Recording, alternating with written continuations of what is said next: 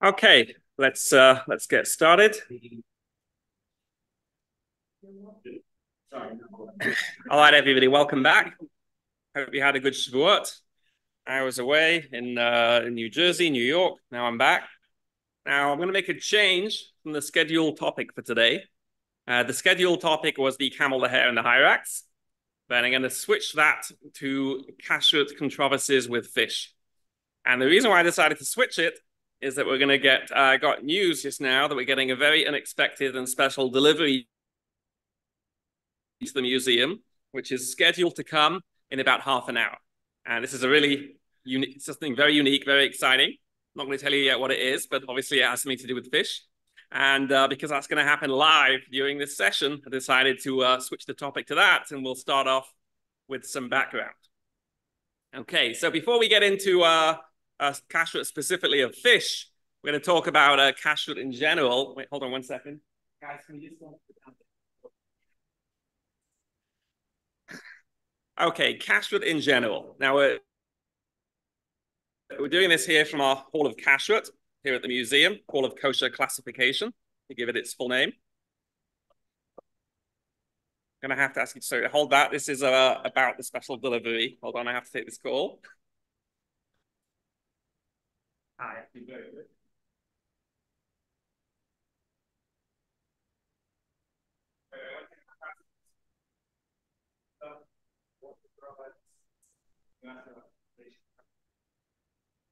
You have sound? I lost the sound. Okay.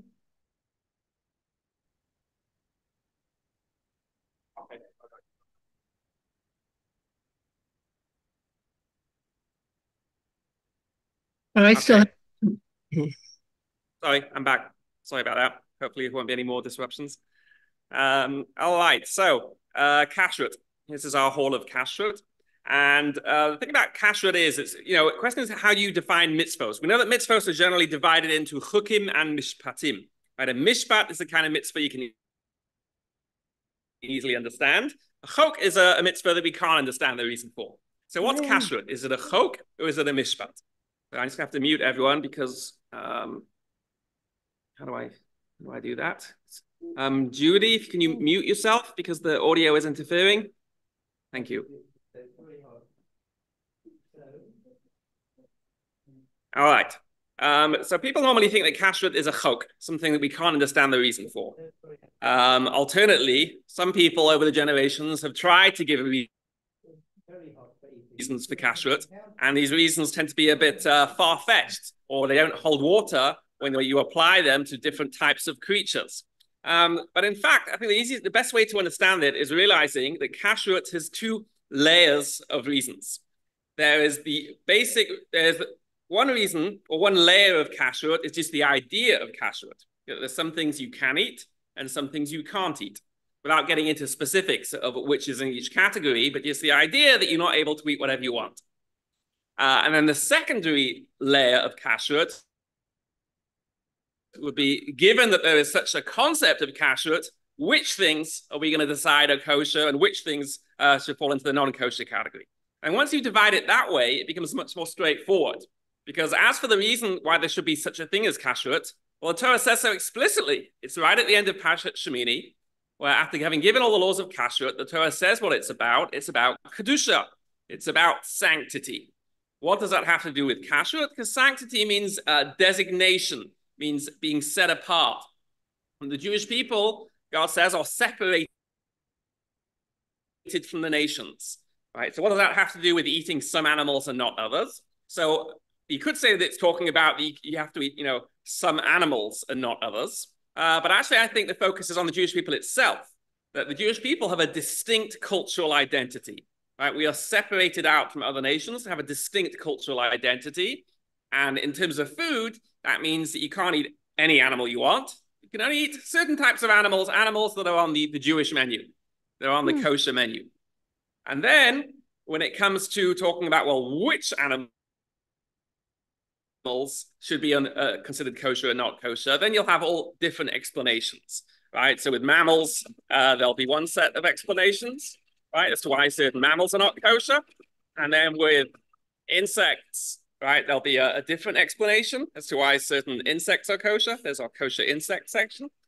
And then with birds, right, there'll be explanations as to which birds are not kosher and kosher. And then finally, we get to fish, which is what I want to focus on for today. Now, with fish, what are the criteria for a kosher fish? The criteria are fins and scales. Now, in general, that has some interesting ramifications. But first, we'll talk about, what's a classic kosher fish. So a classic kosher fish would be, say, a gefilte fish, right? It's round and white, has a piece of carrot on its head. And here at the Biblical Museum of Natural History, we have some real live gefilte fish. Zoom in on them there. There we go. Round and white and a piece of carrot on the head. Real live gefilte fish. Now, these are an exotic variety of goldfish called red-capped oranders from China. And obviously, as soon as I saw these were available, I instantly thought gefilte fish, what a great thing to have on exhibit in the museum. Yeah, look at that one. He's got a great big piece of carrot on his head there. All right, so they are a type of goldfish. Let's zoom back out the camera. There we go. They are a type of goldfish, and like all goldfish, they are kosher. They have fins and scales. A classic example of a non-kosher fish would be a shark. Here we have a real live baby shark that I got in South Africa, except for the googly eyes. Right? The googly eyes are not real, but apart from the googly eyes, the rest of it is real. And why is it not kosher? Because it doesn't have any scales. See, this one's been varnished. Here's another type of shark called a bamboo shark. And it's not been varnished, and I can feel it. It feels like sandpaper. Right, so it's not scales, and therefore this fish is not kosher. And in contrast, up here, hanging above my head, what are those? Those are piranhas. Right, piranhas. Unfortunately, originally they were just mounted at much lower down, and people took them and dropped them and smashed them, and their teeth got broken out. So now they don't have their razor sharp teeth that they're famous for. We hung them out of reach. But piranhas are kosher fish, right? They have fins, they have scales. We have served them at our exotic kosher banquets.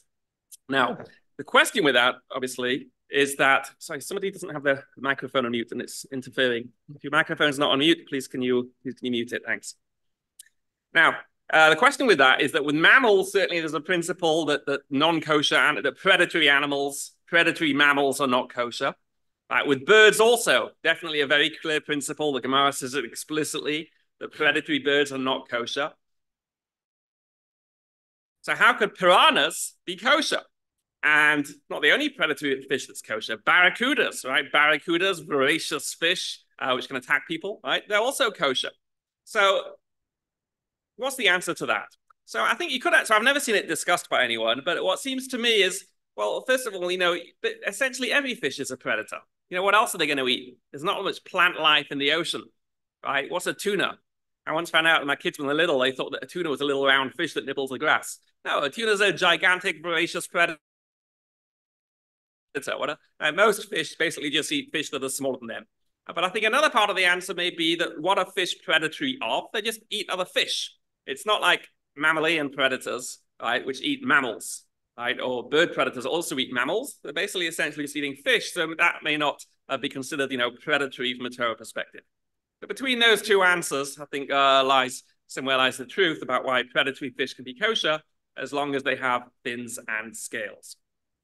Now, there's another interesting thing mentioned in the Gemara. The Gemara says that the sea is the opposite of the land.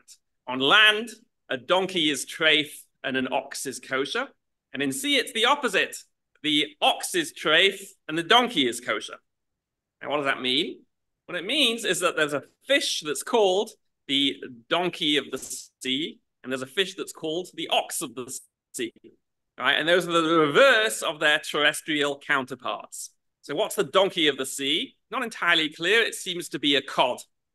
Right? A cod in ancient languages was known as a sea donkey. And yet, unlike the donkey, which is not kosher, a cod is kosher.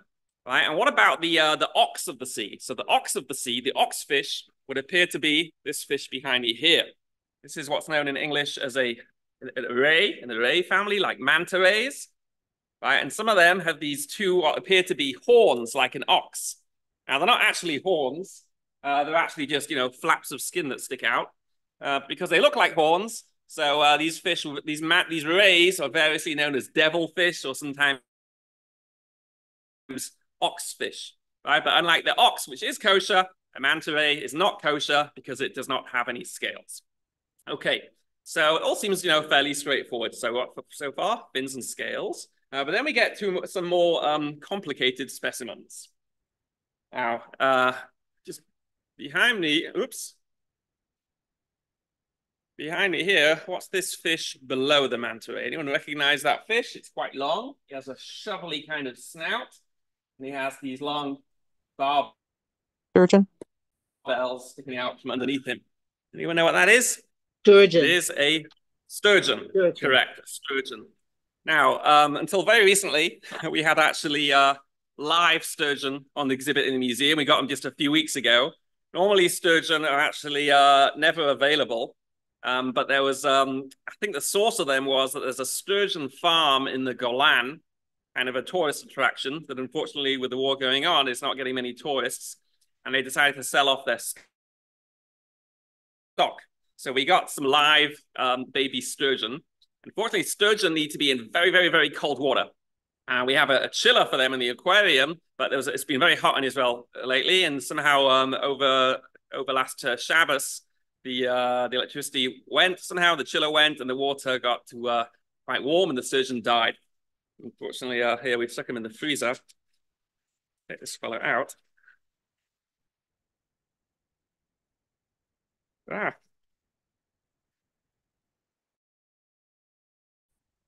Poor little fella. Here he is. Our little sturgeon. Now, sturgeons, of course, are famous for being the source of caviar, one of the most expensive delicacies in the world. And the question is, are sturgeons kosher? Is caviar kosher? So let's take a look at his scales. I'm trying to get the camera to focus on it. Maybe if I move out of sight, the camera will focus. Let's get the ice off him. So as you can see, he has scales, right? You see those scales all the way down his body? Those white scales, right? He has that whole row of scales there, scales on top also. But the question is, do those scales count halachically as scales, right? And the bigger one here, this is a model. It also has the scales here.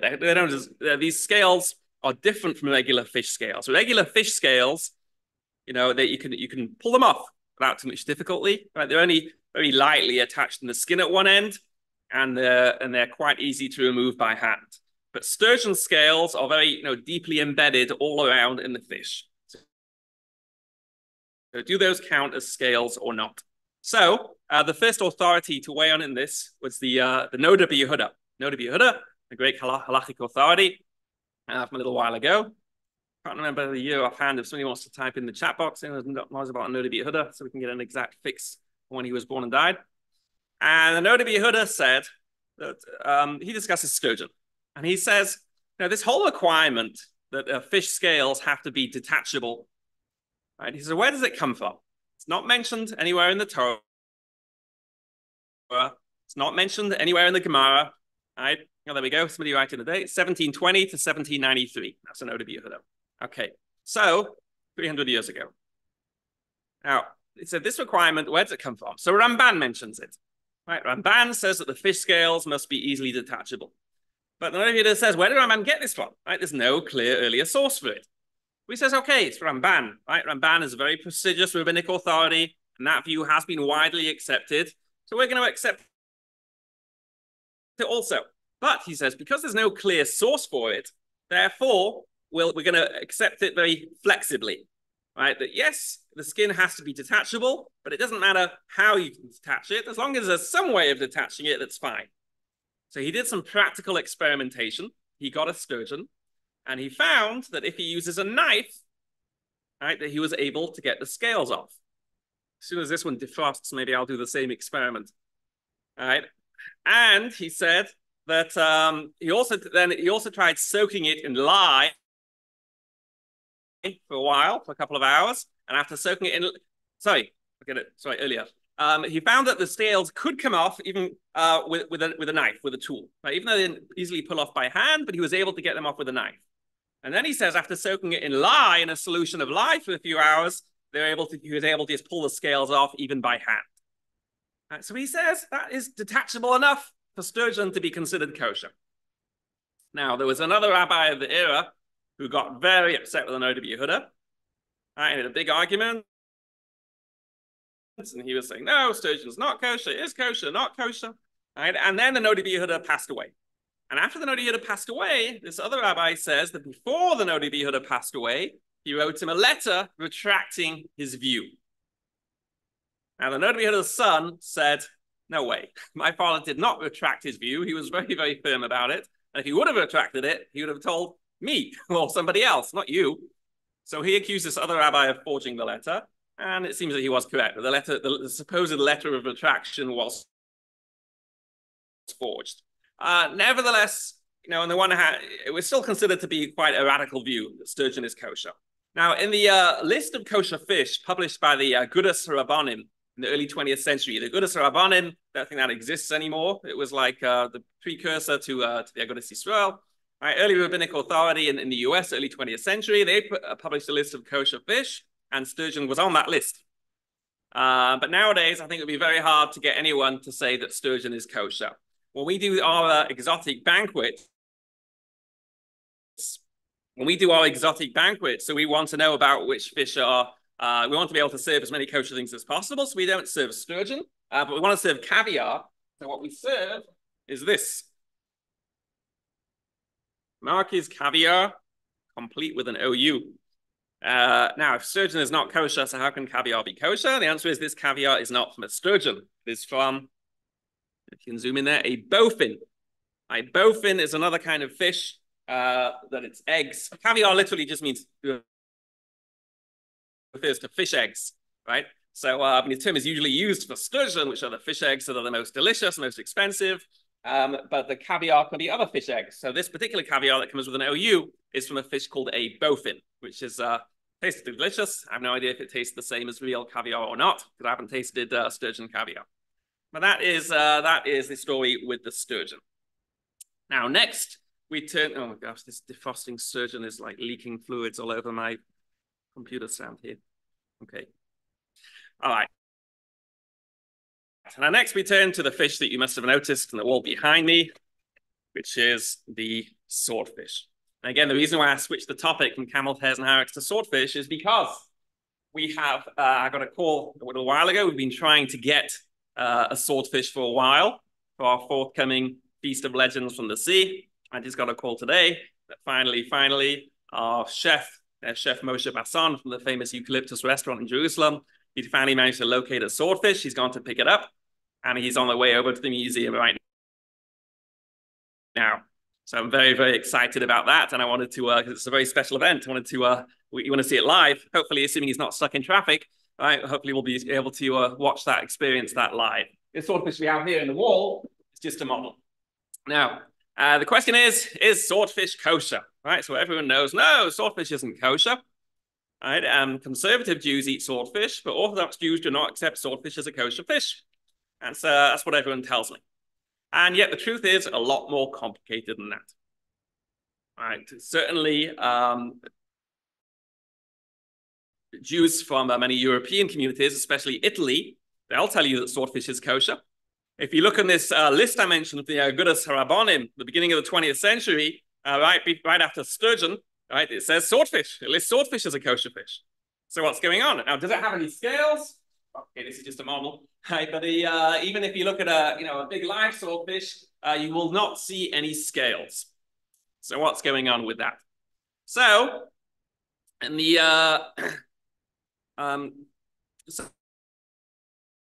so one of the Achronim, one of the late rabbinic authorities to discuss swordfish, he talks about swordfish being kosher. And he says that even though you don't see scales, but they are born with scales and they lose them later in life. And in that, he's basing himself on the Gemara. The Gemara talks about a fish called the Achzaphius, which it says that even though it doesn't have scales, you don't see any scales on it, but it's born with scales and it loses them later in life. And if a fish has scales at any point in its life, it's kosher, even if you're eating it at the stage when it doesn't have scales. And the reason for that law actually is quite straightforward, because if you're going to say that a fish has to have scales its entire life, and if it loses them and it's not kosher, then how could you ever eat a fish? Right? If you eat a fish, you see it has scales, but how can you know it's always going to have those scales? Maybe it'll lose them someday. Right? So to be kosher, right, a fish just needs scales at any point in its life. And the Gemara talking about the Achziphias and the later Achronim, right, say that that is a situation with swordfish. Now, first the question is, how do we know that they're actually talking about this fish over here, the swordfish? Maybe they're talking about some different kind of fish. Now, there's other fishes that have long pointy things. There's marlin, there's spearfish, there's sailfish. How do we know they're talking about a swordfish? So the answer is, firstly, the Achronim who talk about it, they call it a dag cherev. Now, cherev, sword, right, that's a very specific type of weapon. How do you use a sword? You cut with it, right? You slice, as opposed to a spear, right, which you throw and impale. Now, the bill of a swordfish, let's see if we can kind of get the camera angle right here. All right, the beard of the swordfish is flat. You see that? In cross section, it's flat. Whereas all these other fish, their bill is circular in cross section. All right, so the only one that's a swordfish is this. And it's not like there's different types or similar types. All right, the swordfish is unique in its class. It's the only fish which has a sword. Okay, and dag cherev. Right, and in fact, Achzaphius, the fish that the Gemara talks about, is apparently the same fish, because Xiphias is Greek for the sword. That's the Latin name of this fish, Xiphias, right? Xiphias. Right, so Xiphias that the Gemara speaks about is actually the fish that loses its, that has scales when it's young and then loses them. Also seems to be talking about the same fish that the Achronim explicitly call dag hacherev. Plus, the other proof that they're talking about swordfish and not, marlin or anything else, is that, they clearly wanted you to only eat a kosher fish, right? This fish and not the fish that's not kosher. And swordfish, especially in the Mediterranean, right, is by far the most commonly caught of all the fish, all the billfish, right? All the fish with the long pointy thing. Right? And they were hunted so much that now there's not so many of them left, but until recent times, swordfish was much more common than everything else. So if you've got a fish that's known as the swordfish, and that everyone around you is eating, there's no way that you would say that dag cherev is kosher if you were not talking about this, right? If this fish was not kosher, and really dag cherev meant something else, there's no way you'd say that without saying, oh, and we're not talking about the thing that everyone else eats, and that's the most common fish, and which also is called a swordfish. Right? There's no way that would happen. Right, so clearly when they're talking about the fish with the sword, and they say how it's commonly eaten, and even though it doesn't have scales, it's kosher because it has scales when it's young, there's not even a shadow of doubt that they're talking about the swordfish. Okay, so what about this idea they say about it says it's born with scales and it loses them when it comes out of the water. So this is actually a bit of a riddle, which I don't have a 100% clear answer for. If you it's very, very hard to find a small swordfish. Very, very hard. I mean, when they're born, they're tiny. Right? It's illegal to fish them below a certain size, but it's very, very hard to find baby swordfish. So I was at the Natural History Museum in Berlin a couple of years ago. I asked them if they had a baby swordfish, and they did. They had a preserved one. I went behind the scenes, and I got to see it. And it was when they're born, they're like perhaps even microscopic. But this one was about yay big, and it had scales. I could see clearly 3 rows of scales. And there's also diagrams you can find in ichthyological journals, which shows these 3 rows of scales. Now, these scales that are shown and that I saw were kind of sturgeon-like scales. This guy's now defrosting a bit more. All right, they were kind of sturgeon-like scales, and they were hard, pointy scales that are quite, deeply embedded in the skin. Right? And wouldn't seem to be, any superior to sturgeon scales. However, and these scales, as the fish grows, it seems that they become embedded. Like the flesh grows thicker and thicker, and these scales become embedded in the flesh, such that when you pull an adult swordfish out of the water, you can't see these scales usually. At that point, they've really become deeply embedded in the flesh. But I'm not positive those are the scales the Gemara was talking about, because people have told me, my friend and colleague, Rabbi Dr. Ari Zivotofsky, has told me that he's been in the presence of many examinations of swordfish, including with Rav Mahbud and others, and you find the other regular scales. Now, I was just speaking to Ari Zivotofsky earlier, and he said, it's not exactly clear what's going on, because those are not the scales, those do not seem to be the scales that the juveniles have. And in zoological literature, there's no mention, right? The zoological literature says swordfish do not have scales, except for the juveniles, which have these 3 rows of hard scales that get embedded in the skin. But you do seem to find scales. So they're hard to find. They are hard to find. They're not all over the fish, but when you examine a swordfish, apparently you do find scales. And I've seen video also of people examining swordfish and finding scales. And based on that, Rav Mahbud and others too, Rav Soloveitchik and others have said that swordfish, you find scales. It's a kosher fish. And this is why, again, the Jews of Italy were eating swordfish, and this is why the Agudas Rabbanim until early 20th century was eating swordfish. Now, what happened was, so how did it happen that swordfish became widely considered non-kosher? So Moshe Tendler, he was convinced that swordfish is not kosher, and he embarked on a campaign to convince people that swordfish is not kosher. And he was very successful at it. And he said to people, conservative Jews say that swordfish is kosher. Are you a conservative Jew? But people didn't want to identify as a conservative Jew. So they said, no, we're not going to eat swordfish. And that's how swordfish, effectively got removed from the market. Now, at the end of the day, there is this question, the only type of scales mentioned in the zoological literature are these small, very spiky embedded scales. It's just arrived. It's in the parking lot. Very exciting. And so, on what basis is the swordfish kosher? Is it these scales that it has as a juvenile, which are not regular kosher scales, but which the Noda B'Yehuda says are like the sturgeon scales? Right? Or Noda B'Yehuda, sorry, with sturgeon says that it doesn't matter if they're embedded, as long as, you get them out with a knife or soaking it in lye, that's fine, because there's no clear requirement because the scales can be detachable.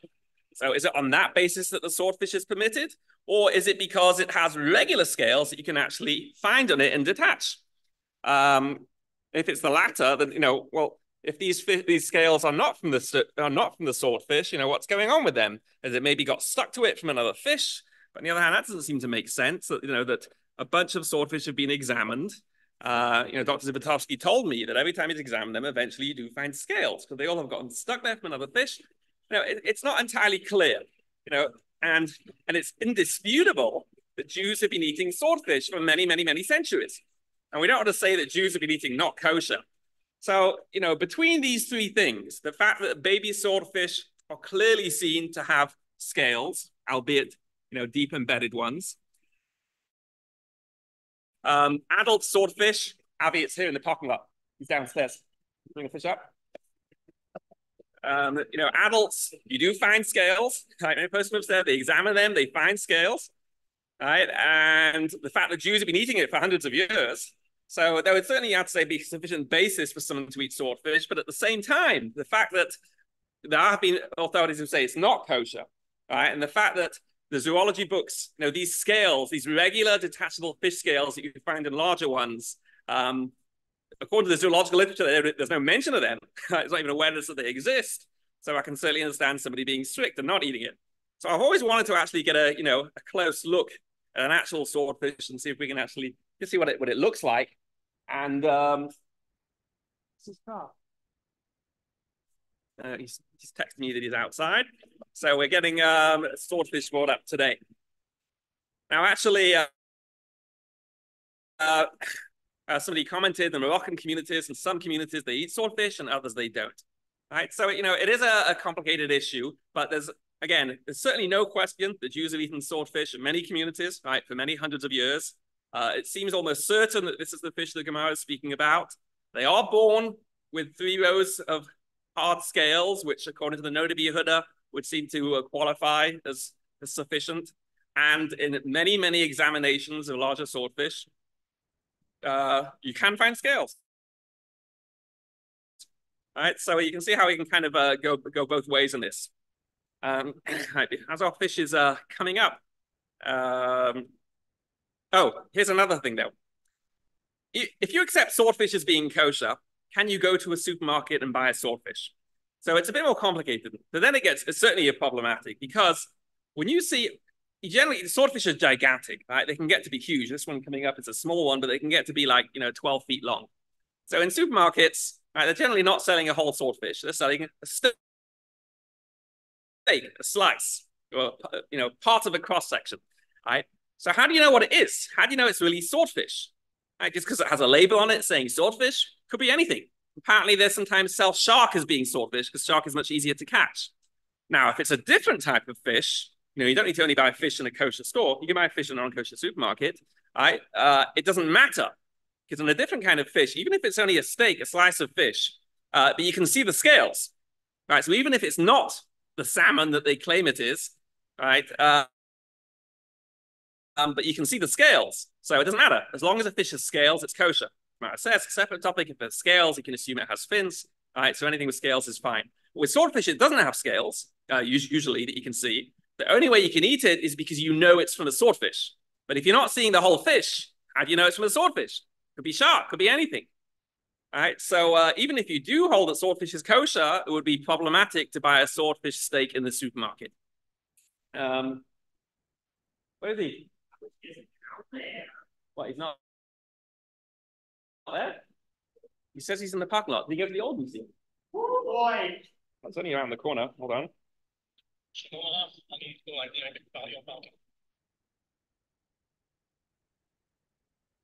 Where he says he's in the parking lot. Maybe he went around the wrong side. Maybe he's on the far side. He's been to the building before. Sorry, chef has gotten lost. Now there may be a way around that, in that it does seem that swordfish have a very particular pattern to their muscles, to their flesh. That in a cross section of swordfish, they have actually it's like a spiral. These whorls, WHORLS, which appears to be absolutely unique to swordfish. And I have spoken to some halakhic authorities who are willing to accept that as identifying swordfish, because once you know what to look for, it's really so unique. No other fish has that. But others, understandably, would be reticent. We have served swordfish once before in a feast at the museum. Oh, no, twice before. Did it once at the museum dinner several years ago in Israel. We did it once in LA a couple of years ago. But certainly in general, it's very, very hard to find. Very hard fish. I mean, in general, our events are extremely difficult to produce. We have different menus in the events that we do. Sometimes we have a biblical menu, animals and birds from Tanakh. Sometimes we have our exotic non-biblical menu. Right? And that's the one we did last year, where we served Asian water buffalo and pheasant and peacock and things like that. And then we have our aquatic menu, legends from the sea. Here, I'm taking the wagon down. If I go to the window, will I see it? Let's go to the window. Aha.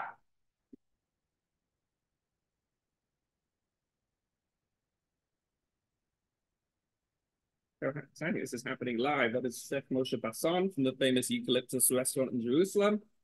He is an internationally famous chef. He's known as the biblical chef for restoring old fish traditions. Really hope he kept the air conditioning on in his car. Yeah. Originally, he actually asked me if I could pick up the swordfish, but I transported the swordfish last time for our event and in our car, and my wife was very upset. She said she couldn't go into the car for 6 months afterwards, no matter how much I tried to get the smell out. So this time I asked him if he would go and pick it up. All right, so this swordfish will hopefully be on the menu for this year's Feast of Legends from the Sea, which is taking place 2 days before Sukkot. And it's usually keep the menu a little bit of a secret because we're never sure what we're going to be able to get. Often the animals we want to get are very difficult to get hold of, and it's hit or miss. But you guys, I guess, have already gotten a sneak preview that we did manage to obtain a swordfish. And we're also going to be serving some other very unusual kosher fish, including one that we've never served before, which I'm going to keep a secret, as well as certain warm-blooded creatures. There are some certain fleischic creatures that come under the Legends from the Sea heading. That's obviously a bit of a mystery. How can something fleischic be from the sea? Right? Fleischic is mammals or birds, right? And they're land creatures. So that's something which I'm going to try and involves a certain creative interpretation. But we're gonna keep that one close to my chest for now. Now, as we're waiting for this swordfish to come upstairs, meanwhile, do we have any questions before we do the exam? Scroll down to the chat. Somebody asked, what if a kosher fish feeds on non-kosher fish? Well, that would be fine. I mean, there's kosher birds and animals that feed on non-kosher things. Chicken will eat mice sometimes. And certainly there's kosher birds that will eat insects. So that doesn't matter. All right, so it doesn't matter if the kosher fish feeds on non-kosher fish. It doesn't make the kosher fish non-kosher. Question would be if you open up the kosher fish and you find a non-kosher fish in its stomach. So that would be a different question. Any other questions meanwhile? While we wait for Hi, my grandmother came from Ireland, and the Masorah was in Ireland that tuna fish lose their scales. And it was always in our family, we did not eat tuna fish because we don't eat tuna because the Masorah in Ireland was that because they lose their scales, not to eat tuna. They not to eat tuna. And the women kept it. You know, the guys who got married in the family, their wives existed. Tuna was fine, but I don't have tuna in the house, and many of my cousins don't also from that family. That is very, very interesting. Now, could you do me a favor? Could you possibly email that to me? Because I want to keep that piece of information in hand and look into it. You can email me at zoorabbi@zootoa.com. All right, Sharon, so who's speaking? Oh, it's Sharon speaking? Yeah. Sharon Auman. Oh, hi, Sharon. Hi. I didn't know your family. Sharon, my grandmother was from Ireland. She was brought up in Ireland. Very from family. Her brothers went to Slobodka from Ireland. Very, very from, and they were very, very machmir. No tuna fish. Here we go. Here we go.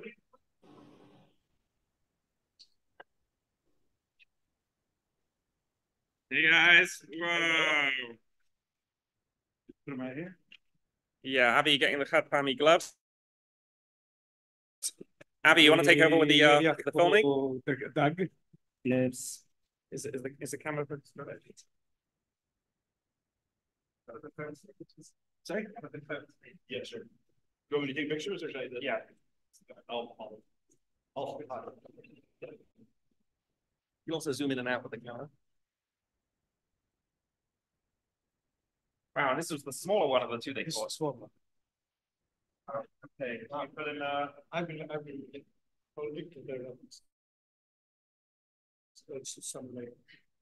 Jag vet att det ser lite gamla stils. Okej, så att jag såg inte ut det. Nästa stils. Okej. Därför känner jag vill då.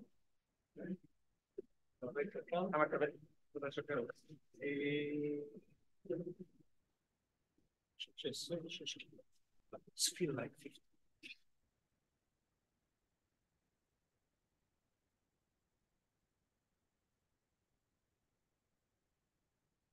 Can I fit in our freezer, Abby? I'll make it. We have a big long freezer upstairs storing unusual items. Oh, so that was the first item.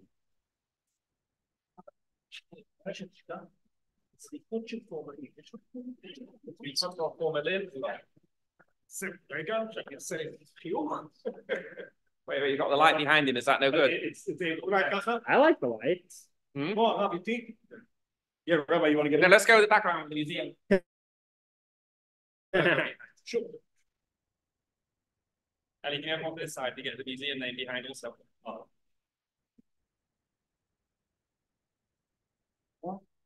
Yeah. You could even like pump it as now. So, hello. Okay, down at the table.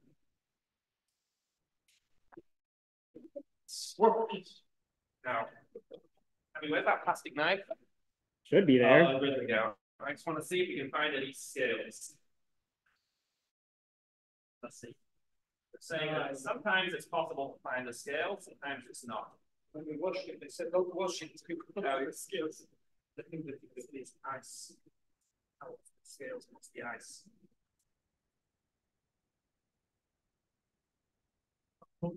Yeah, sorry. Yeah, that's right. It's like Amazon did like that.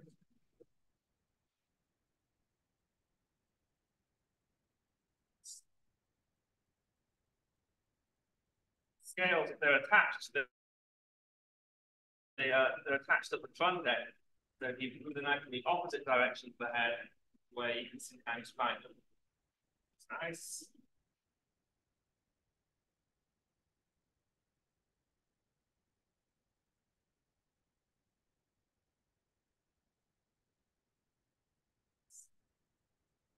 You watched it with a jet.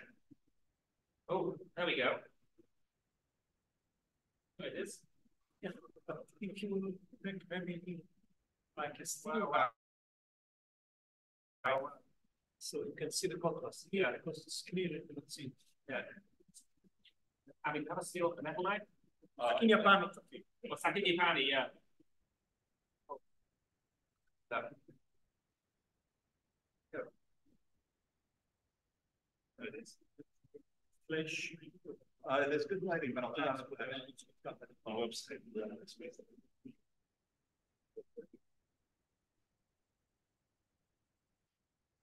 In your palm, I could rip it. Metal knife. Yeah. Now I already just got back to shoot it around. the people sticking in palm. There we go. It's, yeah.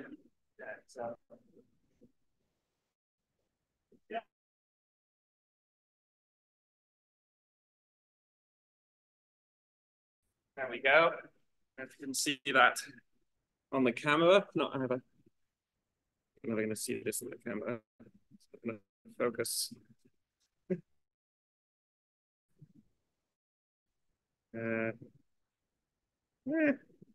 Sorry, can't focus on it, but I did just scrape off this scale here.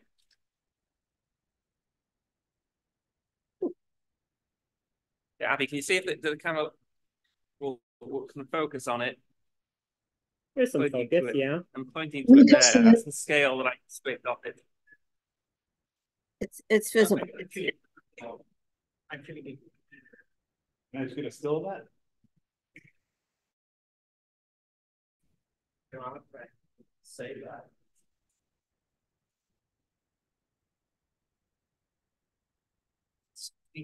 I'm feeling them.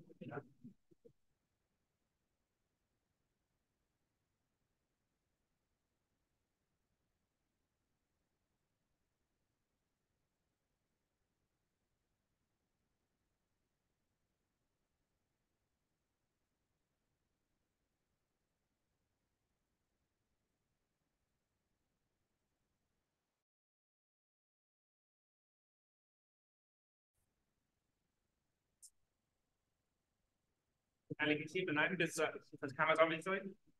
Where was it? Yeah.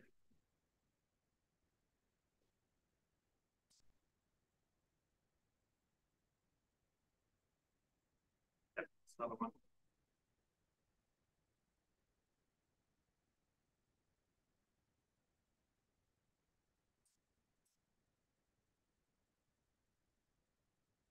Right.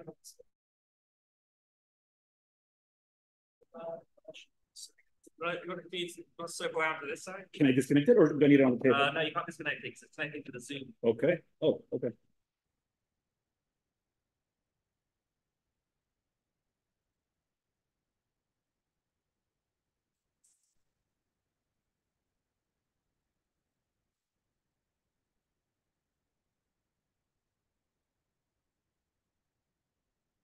Like finding the skills.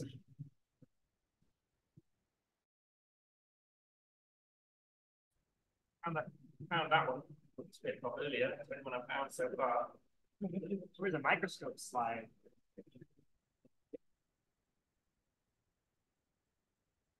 Good question. I said minus one. Fail. Anything to fail. It has the same value bottom. Oh, yeah. 70.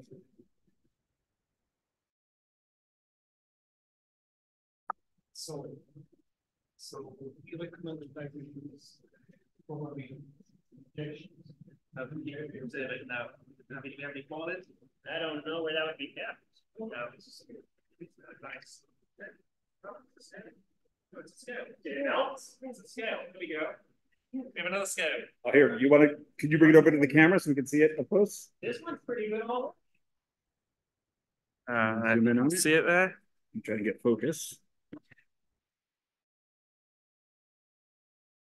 Abby, Oh, there we go. piece of clean paper from the printer we can put these scales down on. It's hard to make it out against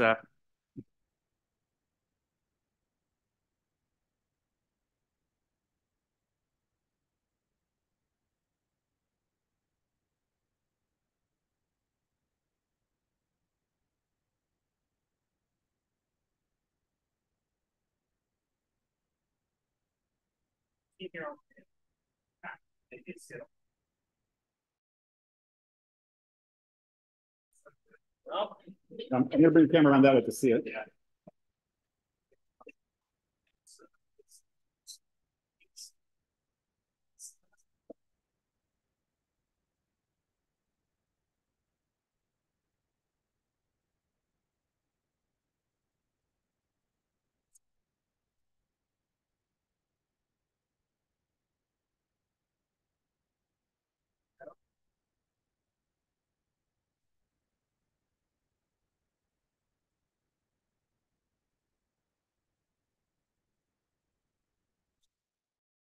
We can see it.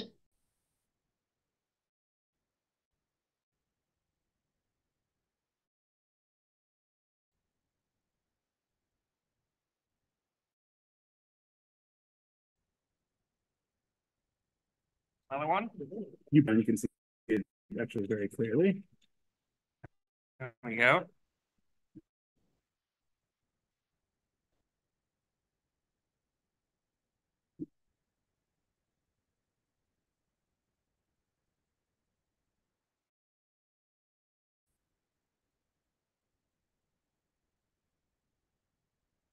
Yeah.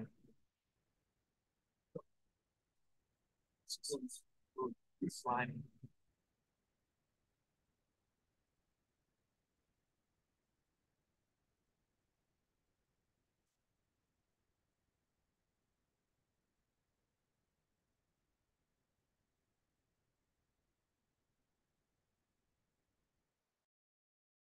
So far,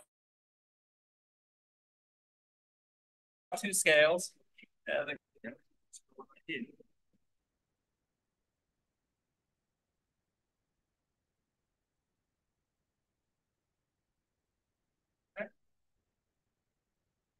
Three scales. The scales on the tail here is probably fish don't go scales on their tail. So it's scales on the tail must come from elsewhere. To the ice. So yeah. I'm saying he's fell off on the ice, but maybe that was a different fish. Oh, you think the scales on the ice?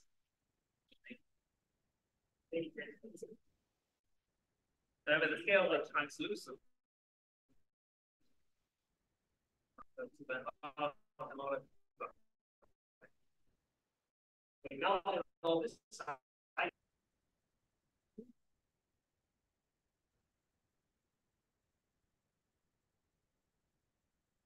All right. Well, I hope you enjoyed this very unexpected live presentation in which we successfully find a few scales, find a few swordfish scales. But as I said, there's still a question of what exactly these are from. They somehow come from another fish, become attached to it. It doesn't seem likely again to always. Every time it's from inspected, you find a few scales in it. And that's when post to examine it and they'll say that it's kosher. But still, if somebody wants to be stringent and say, how did they get there? Zoology doesn't really acknowledge them. Maybe they're from another fish that got stuck to it. I guess the person could be fluent on those grounds. I'm not going to. Thank you for joining me for this class. I'm not going to sign off yet because you can watch what happens from here. What should we do now? We're going to put it in the freezer upstairs. Wrap it.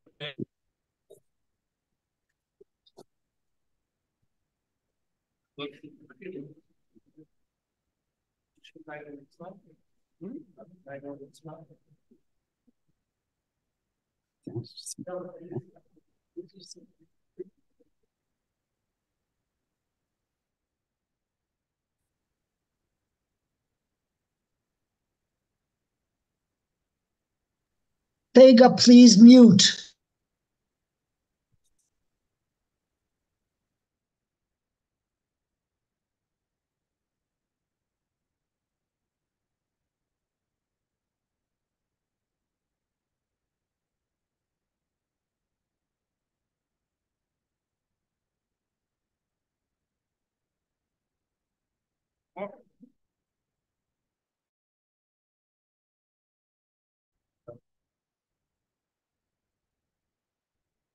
Thank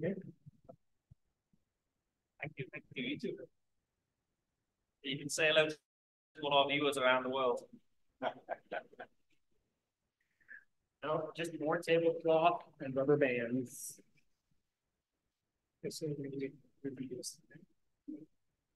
So how about you are really lucky to do what you love and to have a chance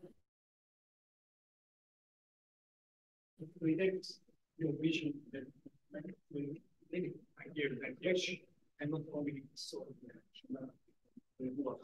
Thank you. I think the way that's going to ask you to picture me. Thank you for putting that aside. Here on the inside.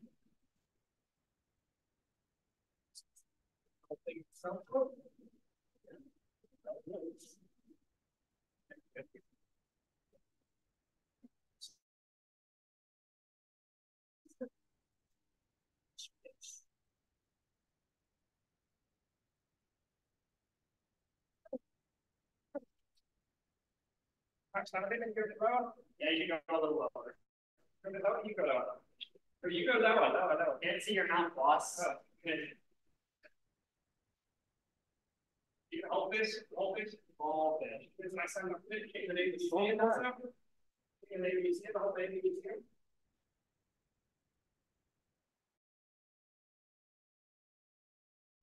Yeah. Yeah.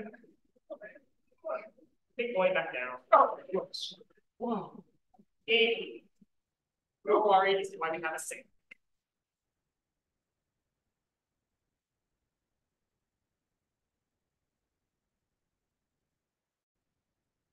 I should be getting around for it. There's some additional layers also. Wow, it's exciting.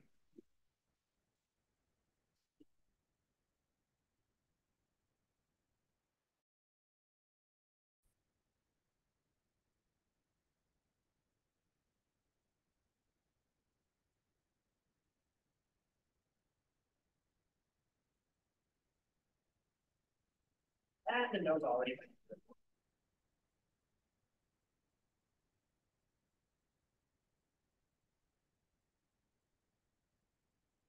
It's in this guy upstairs.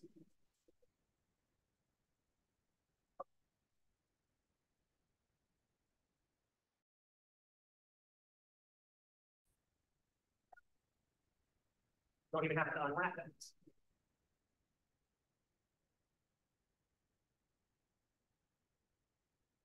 All depends on my one.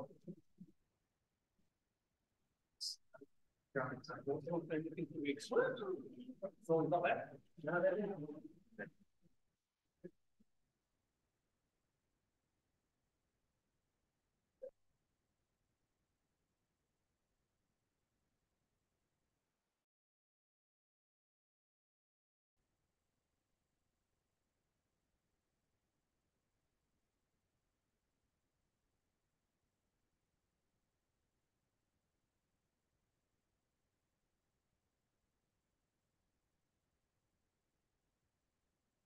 What would be the way to this fish again?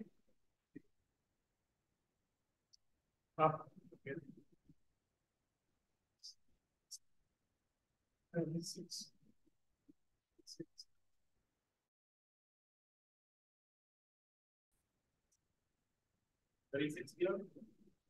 pound is like what?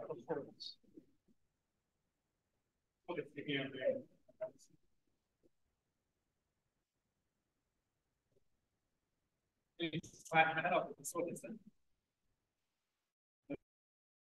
good way to go.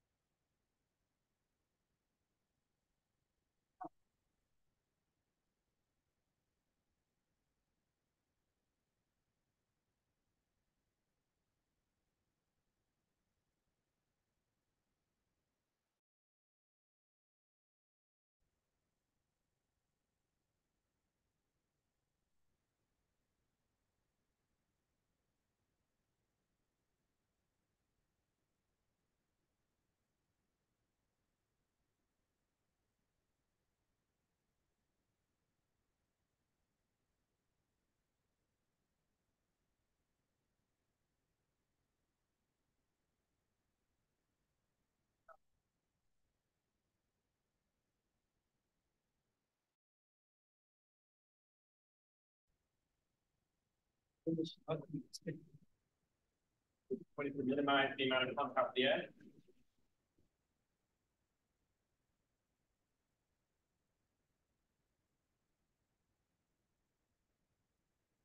Okay, I'm going to sign off here. Hope you enjoyed this very unusual interactive hands-on experience, and I'll see you next week.